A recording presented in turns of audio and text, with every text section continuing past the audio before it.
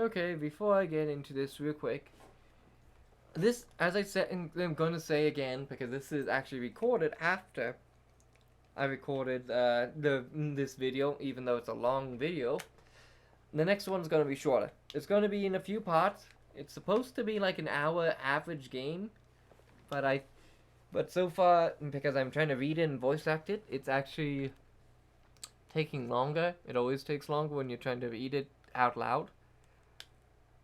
But I am tired, and what I did to make, and I actually got this game early, before anyone else. So this is the first bit. I will do a full review once I am done with the game, but I'm going to, regardless, post this video and the next part, and then I will hopefully finish it on the last third part, maybe, depending how long the recording is. But until then, enjoy the story as it comes. Don't want to engulf you with too many things at once, right? Enjoy. Alright.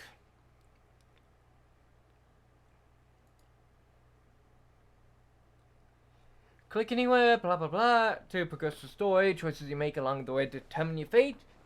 If you miss something, you can read again in the history. Once you discover a letter or journey intro, you can find it in the gallery. History gallery. Hover over the diamond to reveal an menu item. The story will include descriptions of violence, death, and suicide, as well as mentions of mind-altering substances and activity. So, mature audience. This is, God, I already forgot the name of it. The Remainder.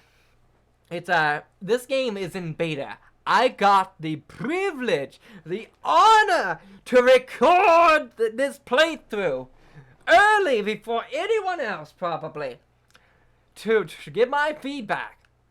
So I am going to give my best review that I can of this, if it actually holds up. So this is Remainder Act 1 to be specific. There is an Act 2, and this game is supposed to come out late, or sometime in June next month, aka next month, I think. June, July, I can't remember. But sometime, I think next month. Regardless, waves crash in the distance. Cicadas chirp, a breeze caresses our hair, the sun warms our skin. All is well. We're still sitting on a rug laid in the grass. Let's get this gum out. Hands linked together, our voices singing float up in unison. My chest vibrates. I can feel the air in our bodies move as one. The space between us hums with power. I close my eyes and smile, savoring the feeling my dream is coming true. Just a little longer.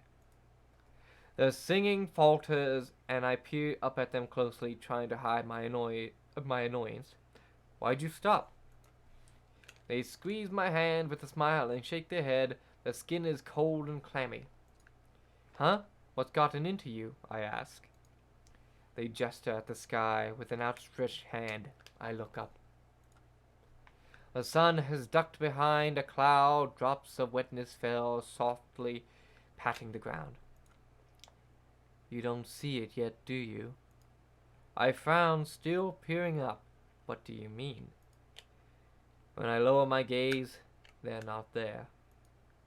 Pressing my lips together, I stand up and search around me. Where did you go? It's pouring now. The cicadas are silent. Wind rips at my clothes. I look at my hands. Thick, warm, red. A scent fills my nostrils. I venture a lick. Metallic, greasy. Oh no, it's blood.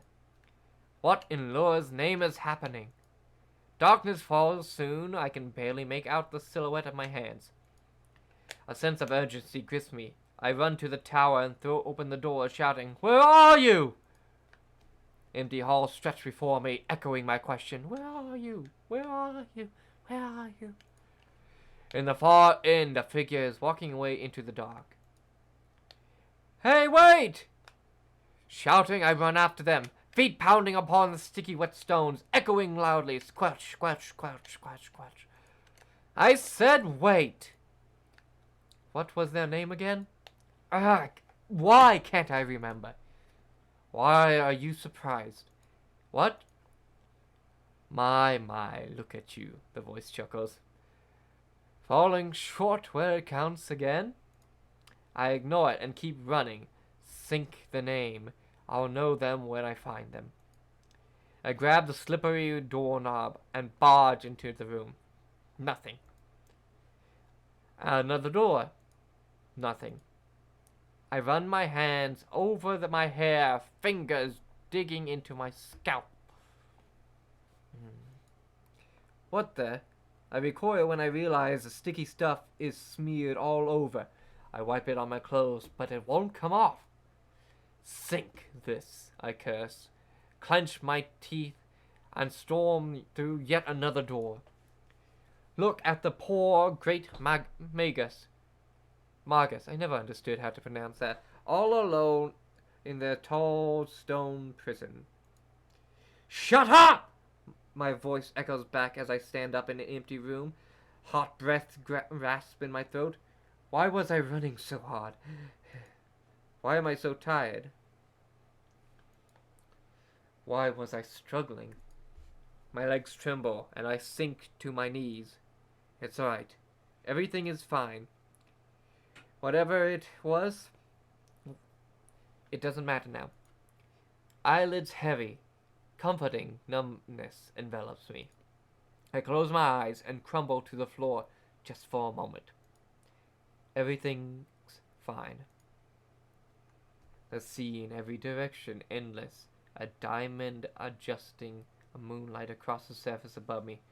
I look into the depths, a pressure against my chest as the darkness stirs. A star, then two, then a constellation glitters into life. They approach. The darkness was not the bottomless sea, but the body of an enormous fish, its silhouette filling my entire view. A gaping mouth splits open from horizon to horizon. A deeper black within, approaching, buzzing. The progenitor hag Schrochtrul comes for me. I should be afraid. Her mouth, now all that encompasses, blots out the last remainder of feeble illumination around me. I should be afraid. Why am I not? The mouth shuts with a distant clang, a flash of lightning across the eyelid sky.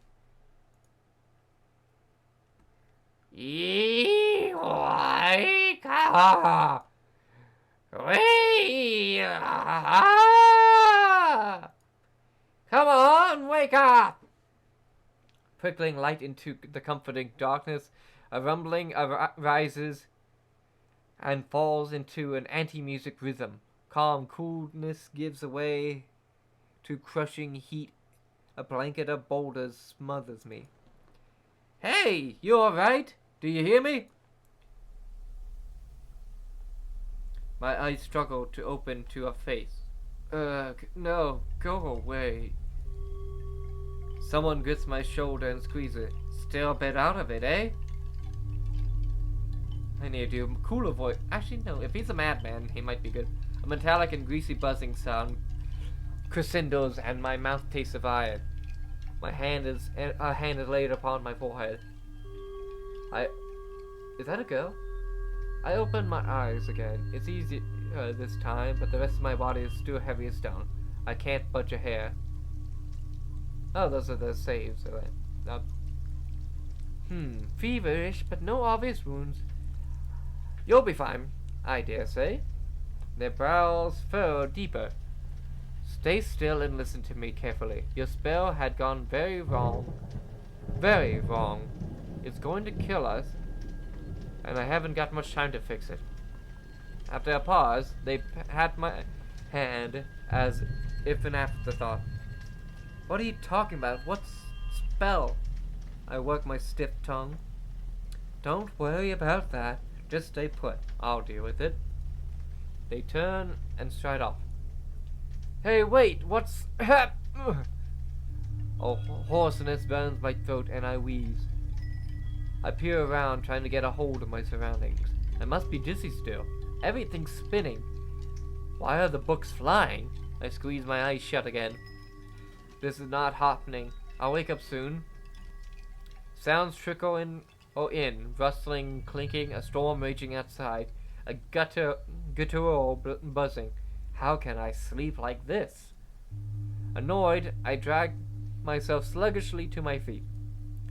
An urge to gag rises, rubbing my throbbing temples, tasting a foulness in my mouth. I force the bile down. What did I do last night? That incessant buzzing! I rub my eyes again to clear them, and look for a source of the sound. As I catch the sight of it, a cold terror creeps up my spine. A pulsing, churning thing is suspended in the air like space is swallowing itself. Waves of moist, brilliant heat spew from it. The transparency, the symmetry, the stench, the singing. Breath catching in my throat, I freeze. What in Laura's name is that? Shapes huddle beneath the grotesque thing in the air. As I step around to get a better look, they resolve into figures, midnight silent and still as bones. The white-haired person who woke me up earlier stands still. Another person is curled up on the floor, their face a mask of anguish, the emblem of a high magus. Magus hangs around their neck, the image of an eel coils around their arm. Why do I know these symbols? Whitehair's hands are raised in a peculiar gesture towards the vortex looming overhead. Hey, I whispered, what are you doing? What is that thing? It looks like they are frozen in place. Hello? I ask again. No movement. I bump into something and look to see a couch. Beside it, there's a table which cups lay about like drunkards. Inkwells, quills, and crumpled papers are strewn across the table and stones beneath. A few bottles are still dripping from the mouths. Dark red spots splatter across the floor. Oh, not blood. Alcohol. A crash from somewhere else in the cadaverous chambers pierces the silence, jolting me. I duck behind the couch, heart pounding fast. There comes a bang, sound of glass shattering, shouting. A cacophony reverberates painfully from the walls around me. I clutch my ears. Are there people fighting here? Please let me wake up already. This isn't funny anymore. As abruptly as they came, the sounds died down. Is it over? A crash from somewhere else. Sorry, I thought it went back to the top of my eyes. Clamping eyes shut, I tried to block out the buzzing sound, praying, let this be over soon. Let this be over soon. Let this... How did you get here? I nearly jump at the voice. The white-haired person is back, slumped next to the couch, head lowered, a hand to their shoulder, breath shallow. What? I just saw you over there. I turn and see the same person still at in the spot under the vortex, and my mouth hangs open. Why are there two of you? I turn back to ask and see something drip from them. The glistening fluid shimmers and vanishes as it hits the floor. Are you melting? I back away a step. I heard shouting. Is there someone else here? They try to speak, but wince instead. Eyes closed, throat bobbing, spitting out something black, and then resting their head back. They flash a sly grin and whispers, yes, but now it wishes it never set full. Violently coughing interrupts them. More fluids drip down and evaporate. I wring my nose. I don't see. What in the depths is going on here? What does What does it look like? They say. I glance around the room with a scowl, taking care to avoid the floating thing, like the end of the world. Another wince. They lift the finger and point. What about that? Do you recognize it? I realize they mean the vortex, and avert my eyes. No, oh, Devana. Absolutely, no, absolutely not. Should I? I can't resist a shudder. They grimace. Sink me. Not even that. Your handiwork. Excuse me? I scoff. You heard me. That thing's here because of you. The Abyss Davra. A door to the last place you'd ever want to be. Make no mistake. Their eyes widen with fear as their mouth curls in disgust.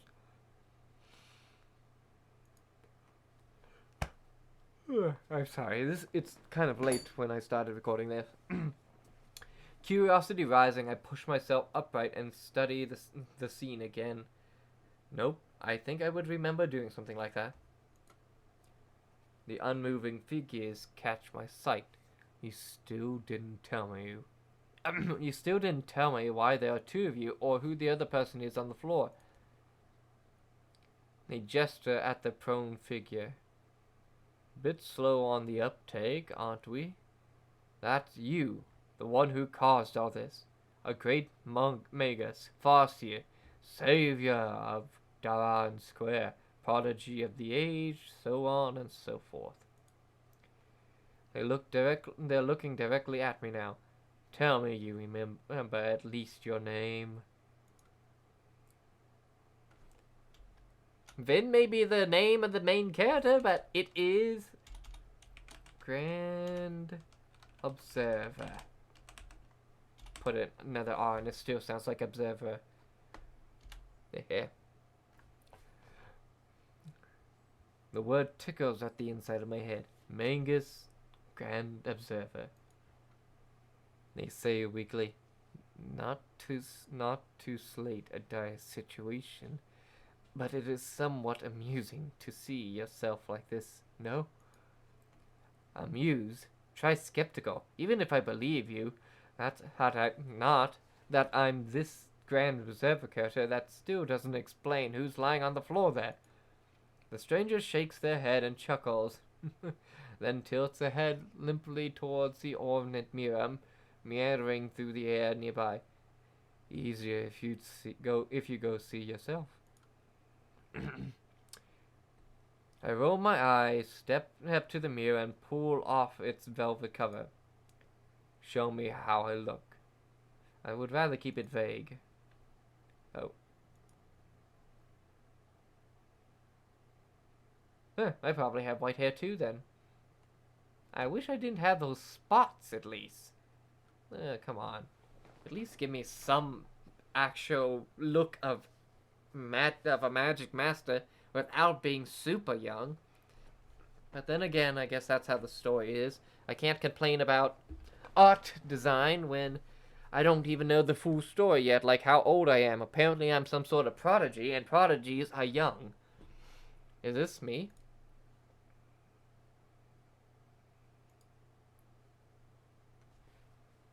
I wonder what happens if I press no, so... What I see leaves me stunned. The figure in the mirror is the spitting image of the person on the floor.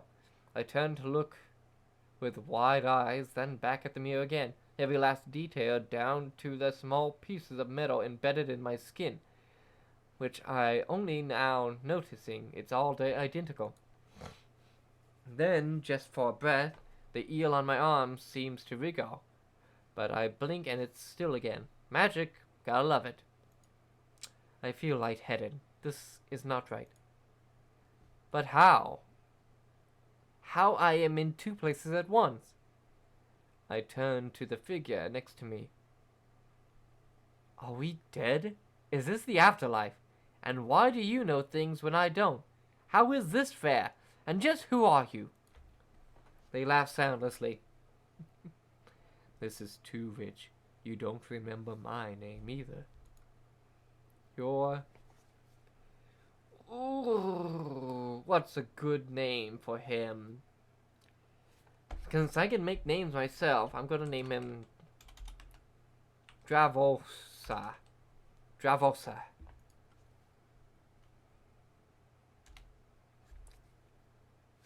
Another fit of coughing. Not even close. You must have hit your head. Wait, what? Wait, did he say his name? Damn it, I almost got his name.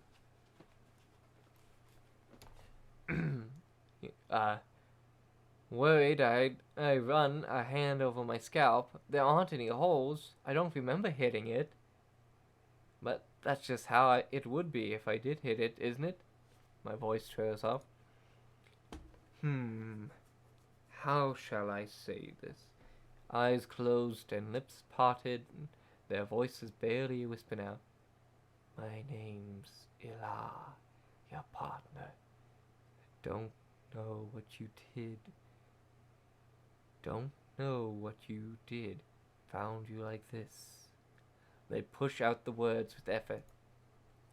I lean in closer to listen. A ritual must have gone astray and set loose the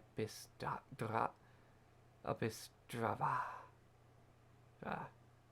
stripping away your memories. I did what I could. You'd be gone otherwise. They're silent for a long stretch. I nudged them. Are you still with me? They open their eyes again and struggle to lift a hand and point towards the other side of the room. But it flops to the floor. Sink me. They're getting so quiet, I have to put my ear next to their mouth to hear them. Warm breath tickles me. Blood rushes in my ear. Your desk. Look in your journal. Find the spell. Circular gate. Black powder. Mantra. Only way to save. No time. Go quick. They slump to the floor. Holding my breath, I wait. Heartbeat like a hammer in my skull. Thump, thump. The buzzing fills the would-be silence in between, resonating renaissance of torment. I drive a thumb into my temple, crushing one pain with another, a futile effort. Hey, are you alive? I reach a hand to their shoulder. Oh dear. My hand passes through them. I pull away in shock and watch opened mouth as Ilah's body melts into sticky, transparent strands. A few breaths later, and they're no more. A shimmering puddle. No more than a shimmering puddle. Tumbling back, I land on my butt and scream. Ah! I throw my hands over my mouth and clamp tight, hoping that I wasn't loud enough to draw attention. Staring at a point at the spot where Ilah had been. By the depth, I relax my hands and mutter once my heart slowed down to a less painful pace. Realizing that a few glowing strands still cling to my fingers, I shake them off in panic. My skin crawls. Devana. What do I do now? Find a spell? Find and cast a spell? Are they mad? I don't even know what a spell is. And what happened to them? Are they dead now? Devas, what do I do?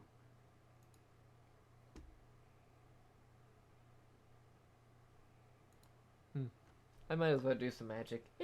I love magic. Heart pumping, I spring to my feet. There's no desk nearby. Where could it be? Now that my head is clearing up, I can finally see more than a few spaces in front of me. The place is a disaster. It looks like half the library's contents are caught by the unseen currents churning around the vortex. Books, parchments, transsucculent gloves, and cryptic skulls swim like fish in the air. Can I click it? Nope. Beyond this layer of mess, there are even bookshelves meandering in propriety. I dodgy under the floating chairs, vases, paintings, and a, a veritable maze. A lamp bumps into my leg, stretching it into a shimmering, transparent strings. Before I can reach it, it snaps back into place, wobbling. I feel a red-hot needle slowly being pushed through my thigh. I cry out, dropping to my knee.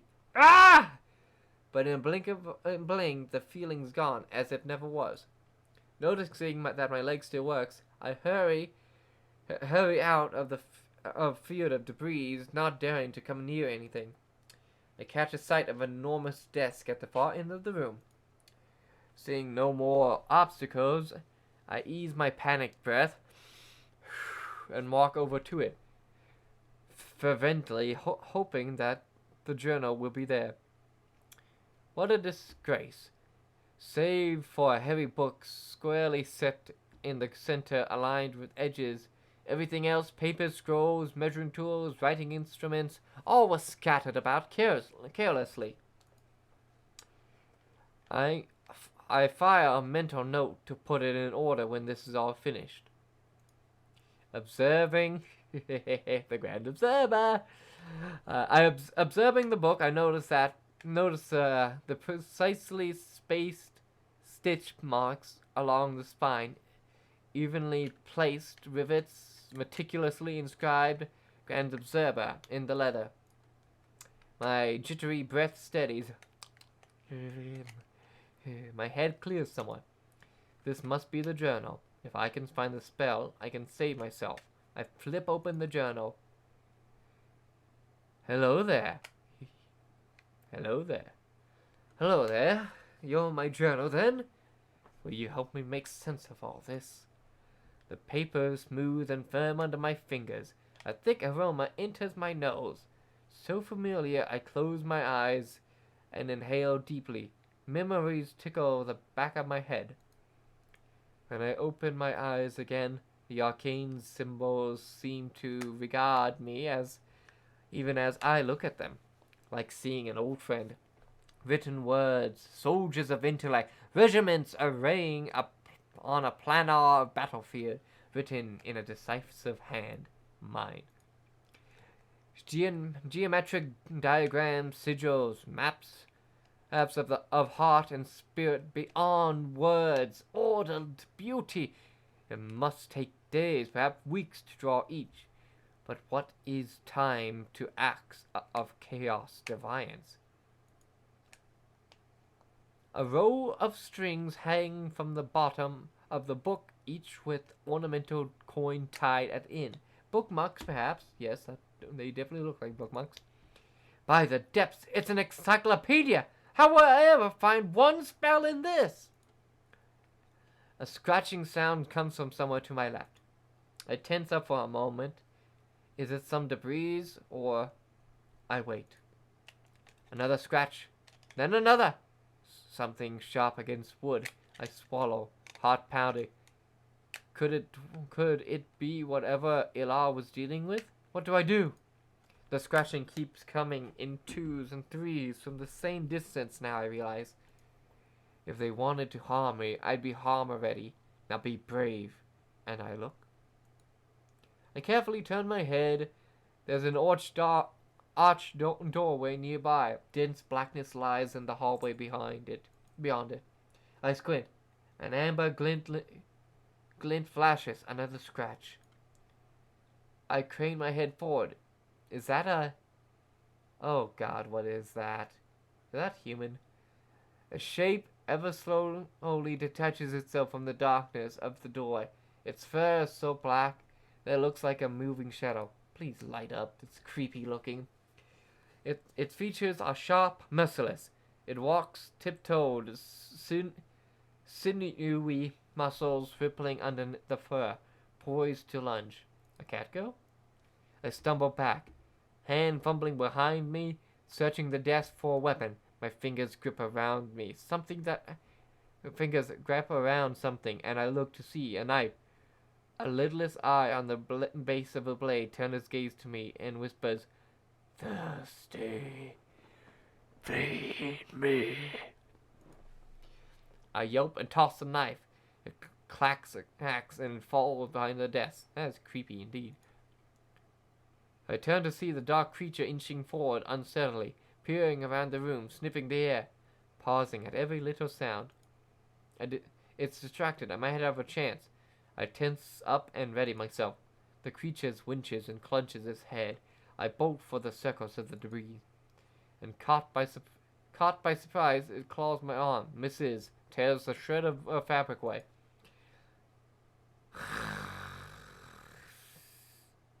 I hear a strained hiss, then rapid footsteps on my heels. I don't dare slow down.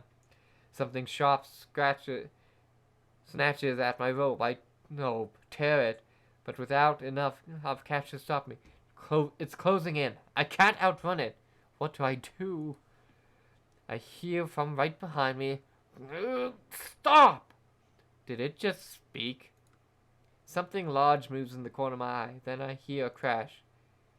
I turn to see my knocked to the ground by a bookshelf. Turn projectile. Don't stop.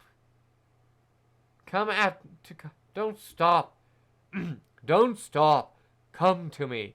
Ila's voice booms. I turn and see them moving their arms in an arc, and several thick vases from the drifting flock launch towards the creature. A head-on smash. Myriad splinters fly out. I wince at the imagined pain. But when the pieces have settled, I spot the dark figure some distance back on all fours, mostly unharmed. How did... Ila takes a few quick steps to my back, muttering something underneath their breath, then throws their open hand towards the enemy. It leaps back, bounding several meters at once, landing near the doorway. I wait for Ila to press the attack, but they simply step out from the wall behind me and glare at our attack. They simply step out from behind me and glare at our attacker? I'm confused. What are you waiting for? Finish it! It seems Aaliyah doesn't hear me at all. They just stand there. I look towards the dark figure who's staring at me with pain in its eyes. It opens its mouth to say something, but all that comes out is a sound somewhat between a gurgle and a hiss. It clutch at its head again with both hands, eyes bulging and straining.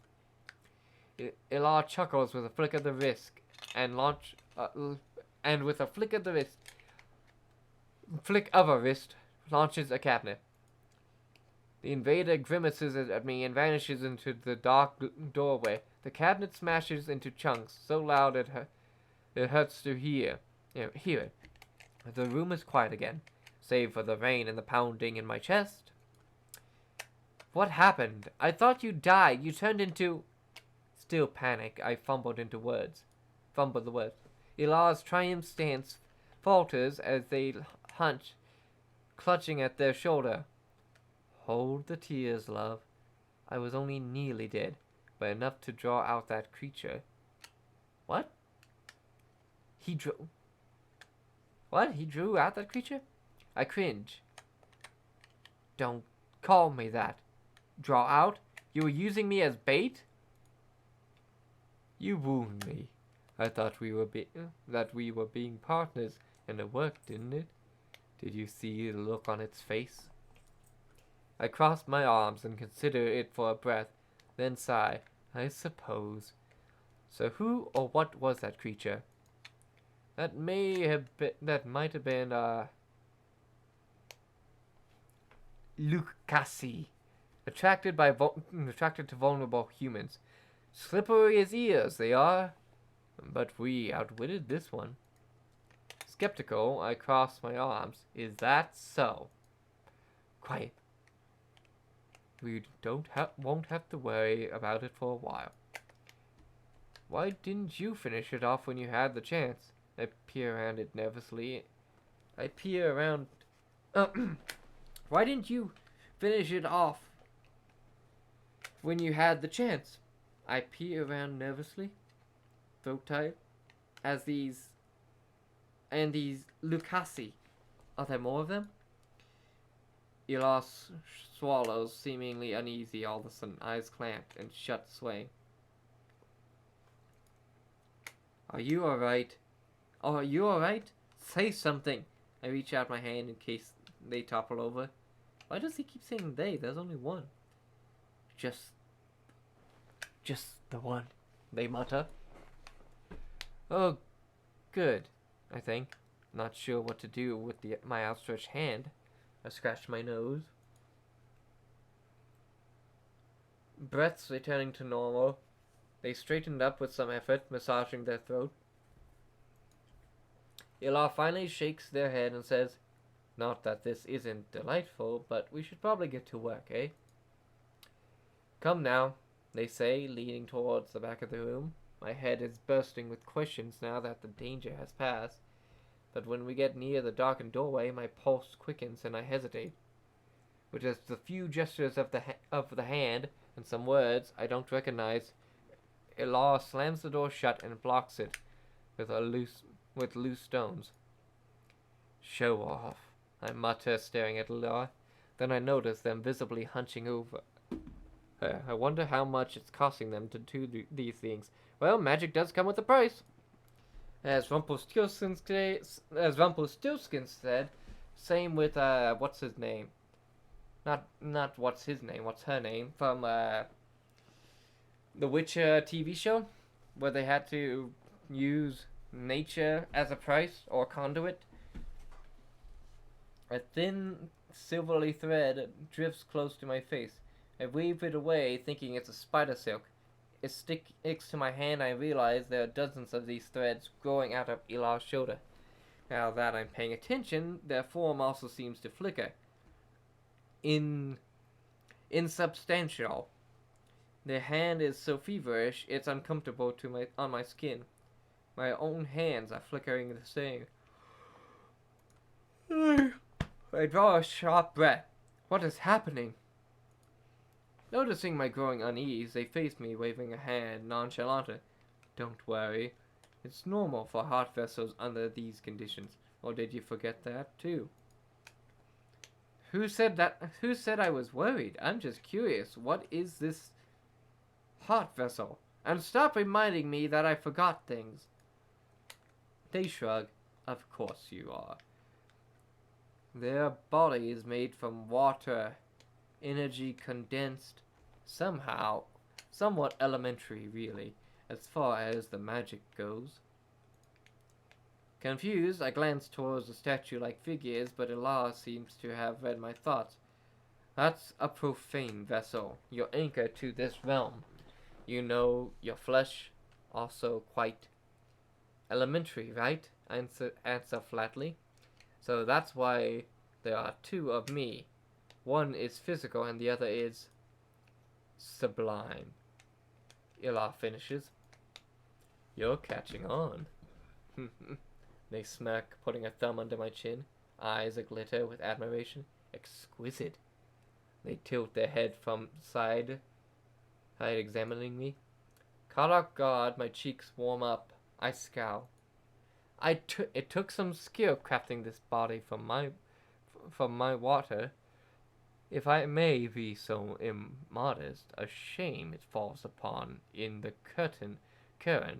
Good thing I can remake it as fast. They click their tongue. I wish you knew what a feat is, but alas. What a feat it is, but alas. A real shame that I can't grasp the extent of your greatness, your modesty. I swat away their hand, oh wait. I hate that. That's the one thing annoyingly does in these, is that they don't tell you who's talking easily.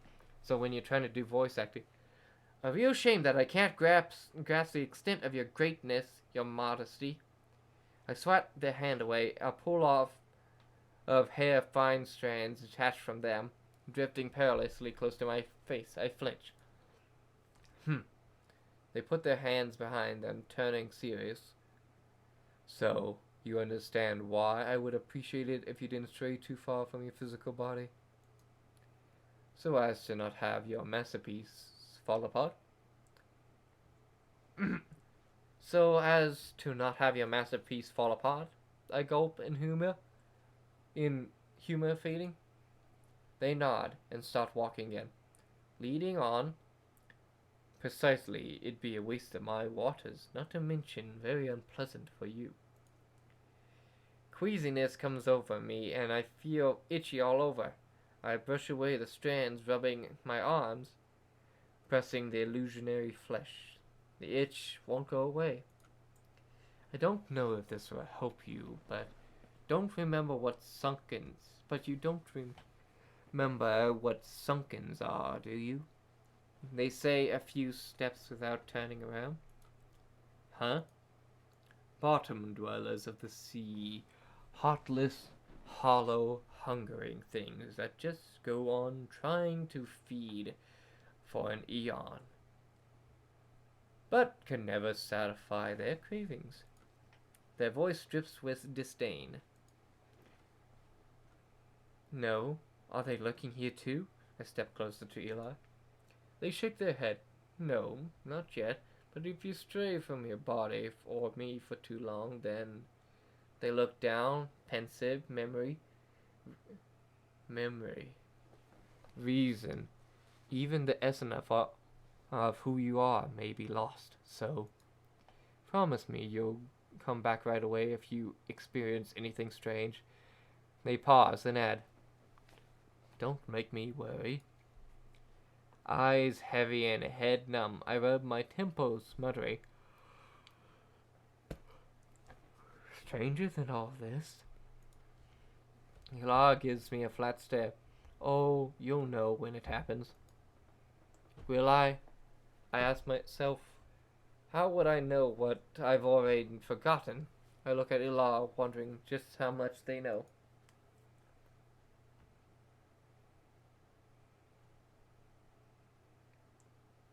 I want to know, am I already becoming hollow? Please tell me it's temporary. They look aside for a moment, then say, might be best not to overthink this. Overthink it? What if I never remember who I was? What's the point of living then? The pitch of my voice rises. But they're as calm as ever. Memories are like vapor. They come and go. You can make new ones if you survive. Then dead have no such luxury. Are you saying it's possible to recover them? I need an answer. Their grip on my wrist tightens. Listen to me. If you don't find the spell, you die. Not even a magus comes back from that. But if you find it, there's still a chance. Do you understand? Head numb, I nod. Then it dawns on me. If it's too dangerous to be far away, then why can we not just take the book and bring it back to the bodies? It's right there. I motion to the journal wildly. It will make the whole thing much easier. That's the obvious thing to do, yes. Unfortunately, one of your precautions prevents it from leaving your desk. You see, things you worked on are somewhat delicate nature, and you made sure that nobody takes off with it. They clear their throat. Only you knew how to undo those safeguards, and since your recollection is limited at the moment, I'm afraid we must work with what we got. I stare blankly at the floor. Of course. Why would I make things easy for myself? Another thing, Lucasi is still around, no doubt biding its time. Don't let it approach. It lies, it charms, it'll try to trick you. If you see anyone else here, anyone at all, run back to me at once. I clench my head and sigh. What does it want anyway? To eat me? Ilar licks their lips. Yes, and can you blame it? They look me up and down. I stare at them. You serious? I don't want to get into details at this moment, Suffice it to say, be watchful at all times, and for death's sake, don't agree to any proposition. Lucasi are powerful to begin with, and they are nigh impossible to get rid of if you make a deal with them. I rub the bridge of my nose. Let me get this straight. I have to remember all these things to avoid being eaten, but I can lose my memories at any time? There has to be another way. I grab Elah's arm. What if you stay with me the entire time? What if you never let me out of your sight? Elah shakes his head. As much as I'd like to, I must rest. That means no heart vessel for me, and a very limited awareness of this place. Oh Lord, this is not happening. I pace in panic, heart racing. Insight flashes. Don't you have a spell or something to help me remember? Something hard to forget? That's not a bad idea. And massages the back of their head, of their neck, and gingerly looks around the room. Let me see. They took a few steps away, plucked something from the air, and returned to me. Gripping my hand and looking it all over, they fixate on a spot on my wrist and jab something into it. Ow! What? Wincing, I instinctively jerked away, but Elah's grip tightens, holding me still. Look at me and repeat this. Let the image and the words burn into your heart. Sensual pleasures wane, but pain I make my anchor. Long as this in pain endures, I shall too remain. Nig, I grunted, struggling. Say it. The intense look in Elah's eyes leaves no room for argument. I try to steady my racing pulse, but they drive the sharp object deeper into. I'm yawning so much. Hey, yeah, it burns. I struggle more. They pull me closer, and I hiss into my ear. Say it. Grasping for breath, I push the words out through gritted teeth. Abruptly, Elah lets go, satisfied. I stumble back, pulling my arm free. A shard of metal drops onto the floor with a clink, enveloping drops of red blood. Still catching my breath, I shout at Elah, "How dare you!" What you asked for? You could have warned me. Elah shrugged. I thought it'd be no trouble for Mangus of your calibre. I fumed silently. Still grinning, they move on. I'll leave you to the journal then. Remember, it's a ritual with a circular gate. Some black powder and mantra. Can you manage that much? Circular gate, black powder, and a mantra. I guess. I say not all at certain. They smile at me and reach towards me. Reach a hand towards me. I look away. Don't touch me. You're no fun. They pull the hand back, smiled, only wavering a little. Once you find the spell, bring me the instructions. I'll tell you how to proceed, and the Abyss Davla will soon cease to be a problem. Simple. I can make out even more of the objects behind them now. Their form is thinning out by the breath. Hurry! With a mischievous grin, Elah gives my wrist a squeeze. The pain of the cut flares up again. You won't forget this, right?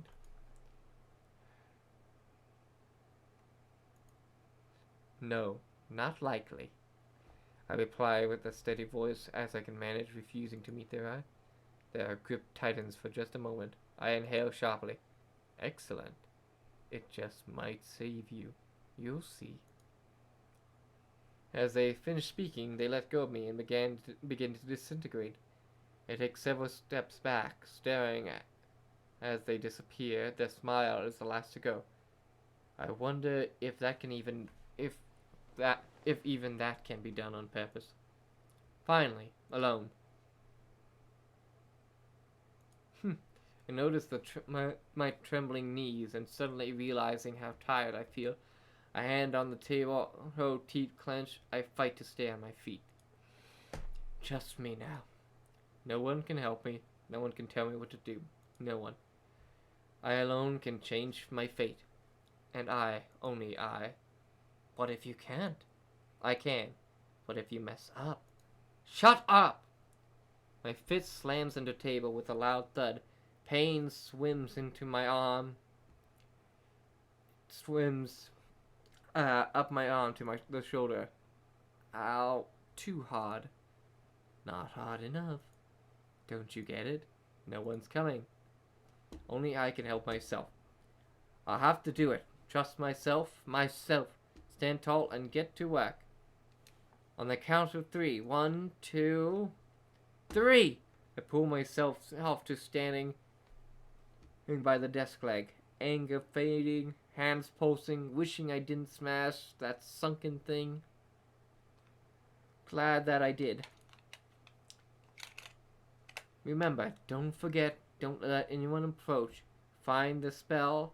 I repeat the words in my head over and over, trying to make them stick. Pages of the book flutter through the air. Pages of the book flutter through the air is still weird. I'm procrastinating, aren't I? Yes. Fine, I'll get to work. I regard the book, pondering what to do.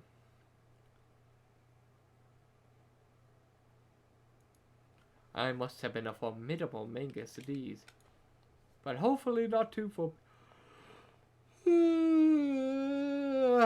I am sleepy. This isn't boring. This is actually quite interesting. I love the story so far. I'm a sleepy person. I work hard all day.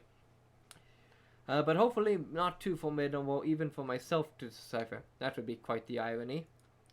I suppose one of these bookmarks might be a good place to start. A large coin engraved with what looks to be a simple human figure catches my eye. I flip open the page. It marks and see. I, Grand Observer Fen Aran, High Adept of Amon, Farseer, Savior of Daran Square, Guardian Preferent, to mark these pages with my warden's utterance. May all who trespass upon them see only the murk of the rolling seas. May Devana of the 4 phantoms aid their protection and thwart any who'd bring them harm. Sublimation, the great work.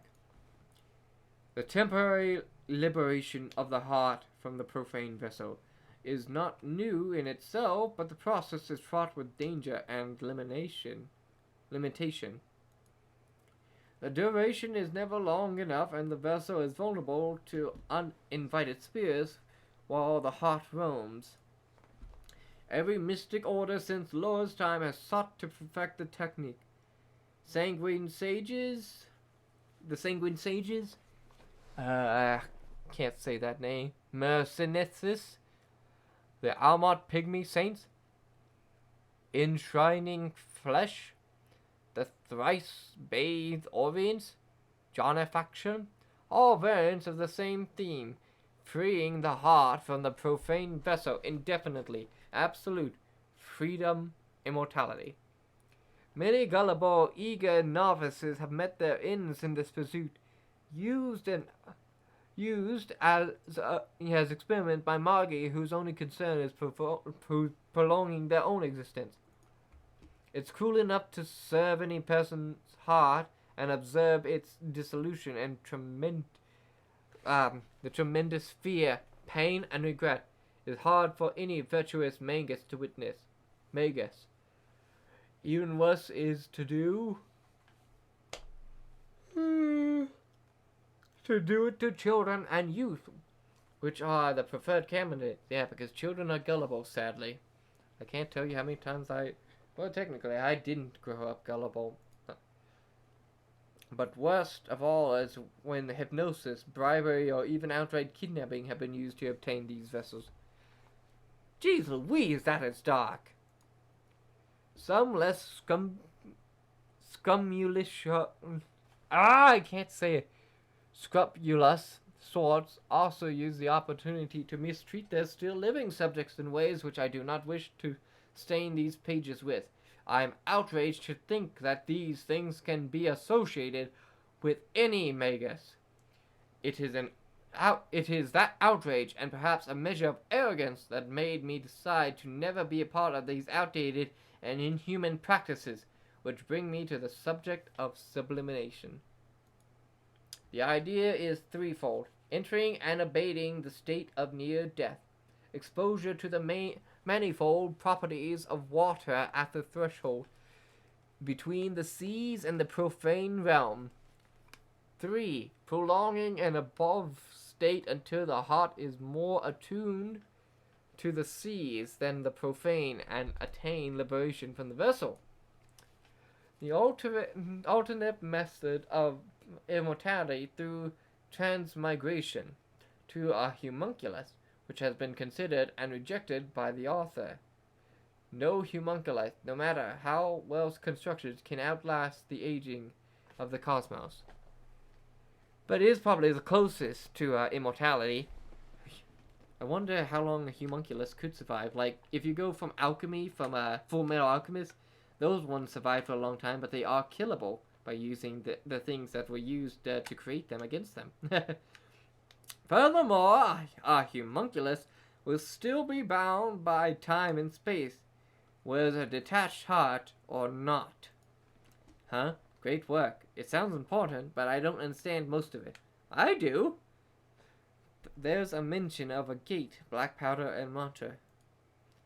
I thumbed the side of the volume. It's at least 1,000 pages. I frown. Be flexible and look for something else. Bite my lip and push on. Should I push on and hope for a miracle? It's that or be consumed by the abyss, I suppose. Also, I don't want to have to tell Eli that I gave up before I started. Imagine the tongue lashing I'd get, with that grin no less. The stinging on my wrist swells just then, irritating me. I bite my lip and focus on the words. Mouth dry, reddish black, ink glistens menacingly. Will I die here if I fail? The rustling of paper is like sand grating my eardrums. Why does it have to be me? The tepid leather covers sweat against my skin. Distant rumbling, rolling, and inner rumbling pounding. Pounding. It's not even my fault. I never chose this. Crash, darkness beyond the window pane. Slap, a blinding flash. I shut my eyes from the piercing glares of an arc lamp in the office of discipline, rain pelting the window. A ruler mercilessly strikes into my palm. Slap, slap, slap, strikes 13 o'clock. Everything's stinging. I stand. I mustn't shed tear. I mustn't look weak. I won't give her the satisfaction. A tobacco-laden voice, gruff, square as the corners of this office. That's enough of that, Grand Observer Fan Alan. You do not give excuses. You do not shirk responsibility. You think not only of your image, but the image of all Maggie. You understand? A stiff nod, fire in my chest burns, stifling. I can't hear you. Do you understand? Flecks of white fly from her lips, her sharp lips. Yes, Miss Lansworn. The plump belly loosens a notch, too close. I will myself not to tumble backwards. Now, go draft the letter of confession you lunch after, not before. Yes, Miss Lansworn. Am I back in school? Or is this supposed to be like a flashback? Pressing together trembling lips, I touched the tips of my right hand and fingers to my chest and then my forehead. Turn around and march off, eyes locked into the same square pattern tiles on the floor. It's not fair. I remember thinking, try not to cry. I haven't done anything wrong. 11 rows wall to wall, 12 column windows to door, 18 intersects. 86. I don't know what 18 came from. They said it was improper to dine with a lowborn, but she was kind to me. Steps between the lines. They said it would be scandalous to touch an untouchable, but I like the softness of her skin. Don't cry. They made me turn her away. They made me the only nice thing I had. Don't cry. Crash, bright flash upon the journal pages, rain pelting the window. I struck my palm. A ghost's pains haunt. A memory? So it was a flashback. Seems like regret. Lightning crashes again, but this time my heart does not jump to it. A solidity settles within me. I've endured pain since I was a child. Did I let it get to me? No, I'm here now, surviving. Could make me stronger if I choose it. For the space of just a few breaths, defiance fills me, and I'm nearly vibrating with excitement, breast swelling with confidence. I got this far. Don't you mean chest? Unless I'm a girl. I don't think I'm a girl. I got this far. Let's see how far I can go. Don't let your guard down. Find out more. I nod to myself and look to the desk with the germ of a smile. Thick coal irons locks are set into each of the low drawers. A futile tug, then a firm pull. What? A firm pull both nests me. Nothing but a dull click me and my precautions. Undeterred, I decide to have into every drawer more of the same. Click, nothing. You're not beating me this easily. I keep going, thinking if I'm lucky that one of them might just be open. With a hiss, the bottom left drawer slides out. My eyes are set aglow, but a heap of crumbled and damp pages of every color, a tomb full of flowers. What? Head tilting, I scrutinized the collection with parted lips and just said, "Who are you?" That would be me, no. Don't ask. With a barely audible crinkle, the spreads partially open, revealing rows of text. Letters? Could it be? Head abuzz with curiosity. I pick it up, unravel it fully, and read. Today we lunch by the riverbank. You have until mid-afternoon to come voluntarily, or else be picked up by bodily and carried downstairs by me. Consider this letter your last and only warning. Different handwriting, entreating. I wonder what else I can find. Oh. I'm telling this for the 100th time already. I know, but you both are amazing. I mentioned how cute they were, but I never...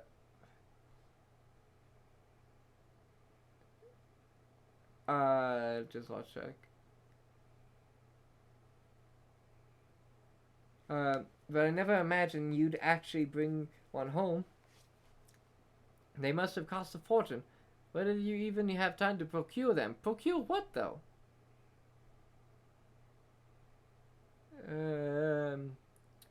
A new friend is Perchik. I'm thinking about the one about naming them for the 100th birthday. From oh fuck, I expect them to become a proper familiar right after. So we'll need something respectable, Mr. Fuzzpants, perhaps. Ela and Fuzzpants? I shake my head, puzzled. A deep... Oh dear, that's dizzying. What's all that stuff? A deep rumble shakes my body. I look towards the abyss Devla, its form lost in the dense debris circling it. The rumbling settles in, greeting them. Okay, what's up with the audio?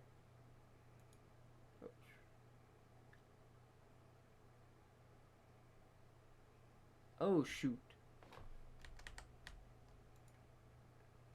Ah, shoot.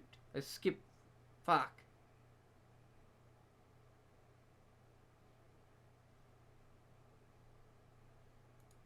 Alright. This will be just a moment.